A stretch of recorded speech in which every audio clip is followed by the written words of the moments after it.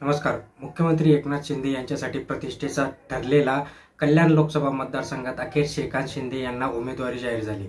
श्रीकांत शिंदे सध्या या मतदारसंघात विद्यमान खासदार असून त्यांना पुन्हा दिल्लीत पाठवण्याकरता मुख्यमंत्री एकनाथ शिंदे यांच्याकडून जोरदार प्रयत्न सुरू होते. मध्यंतरी रुसवे-फुगवे पण झाले, परंतु भाजपाच्या स्थानिक पातळीवर विरोधामुळे त्यांचं नाव जाहीर होण्यास थोडा विलंब झाला.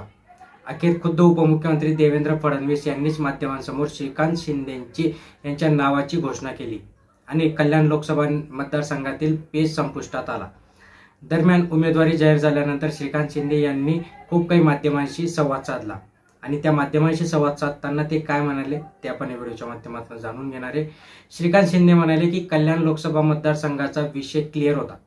कल्याणमध्ये युतीचे कार्यकर्ते नेत्यांच्या बैठका गाठीभेटींना सुरुवात झाली होती. मंत्री रवींद्र चव्हाण, भाजपाचे जिल्हाध्यक्ष, शहर उपाध्यक्ष, शहर अध्यक्ष, राष्ट्रवादीचे कार्यकर्ते सगळे मिळून एका दिलाने कामाला लागले आहेत. प्रचाराला सुरुवात झाली आहे.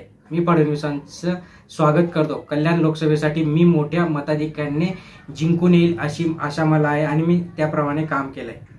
कल्याण पूर्वचे शहर प्रमुख खासदार शिंदे समर्थक महेश गायकवाड यांच्यावर गोळीबार केल्यापासून आमदार गणपत गायकवाड तुरुंगात आहेत. शहर प्रमुख गायकवाड यांच्या कृतीमुळे आमदार गायकवाड यांना गोळीबार आणि तुरुंगात जावे लागल्याची भाजपा कार्यकर्त्यांची भावना झाली आहे. कल्याण लोकसभा मतदारसंघात भाजपाचा उमेदवार किंवा कमळ चिन्हावर लढवणारा उमेदवार असेल तर त्याचे आम्ही काही करू अशा प्रकारचे सह्यांचे एक निवेदन आज आमदार गायकवाड समर्थकांकडून भाजप प्रदेशाध्यक्षांना पाठवण्यात आलं, असे एका आमदार गायकवाड समर्थकांकडून ही माहिती मिळाली. कोणत्याही परिस्थितीत कल्याण पूर्वेतील भाजपा पदाधिकारी कार्यकर्ते हा श्रीकांत शिंदे यांचे काम करणार नाही अशी चर्चा आम्ही केली असल्याचे या कार्यकर्त्यांनी सांगितले होते. दरम्यान यावरून श्रीकांत शिंदेंनी प्रतिक्रिया दिली की जे काही होईल ते पुढे बघितलं जाईल. ते बोलताना ही म्हणाले की विरोध करणाऱ्यांचा काही वैयक्तिक अजेंडा असेल तर तो त्यांनी वैयक्तिकरित्या राबवायला पाहिजे. पक्षाचं नाव घेऊन युतीचं वातावरण खराब करू नये. गुंड प्रवृत्तीचे कोणी वागत असतील तर त्यांचा काय अजेंडा आहे हे स्पष्ट झाले पाहिजे. कल्याणमध्ये मोठ्या प्रमाणात विकास केलेला आहे. राज्य सरकार, केंद्र सरकार मदत केली आहे, परंतु त्यांचा अजेंडा वातावरण खराब करण्याचा जर असेल तर ते करतील, बट त्याच्यावर आपल्याला लक्ष ठेवावं लागणार आहे. कल्याण डोंबिवली पालिकेच्या माजी नगरसेविका वैशाली दरेकर राणे यांना कल्याण लोकसभेसाठी उमेदवारी देऊन पक्षप्रमुख उद्धव ठाकरे यांनी राजकीय खेळी खेळल्याचे दिसते.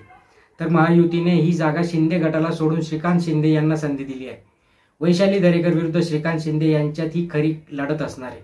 श्रीकांत शिंदे यांची उमेदवारी जाहीर झाल्यानंतर वैशाली दरेकर यांनी ही काही प्रतिक्रिया दिल्या, तर त्या काय दिल्या ते पण आपण जाणून घेऊया. की ठाकरे गटाची उमेदवारी उशिराने जाहीर झाली असली तरी निवडणुकीसाठी तयारी पक्षाने आधीपासूनच सुरू केली होती. आम्ही फक्त उमेदवार घोषित होण्याची वाट पाहत होतो, असे यावेळेस त्यांनी सांगितले. दरम्यान आता दोन्ही पक्षांकडून उमेदवार जाहीर झाले असल्याने प्रचारांना सुरुवात होईल. खूप मोठ्या जोमाने प्रचार हा सुरू होणार आहे. याबाबत वैशाली दरेकर म्हणाले की आताही चोख सभेला तयार आहोत. आमच्यातील प्रत्येक माणूस बोलण्याकरता आहे. वेगवेगळे कारण जरी त्यांनी दिले तर चौक कमी पडतील, पण माणसं कमी पडणार नाहीत असा विश्वासही आम्हाला आहे.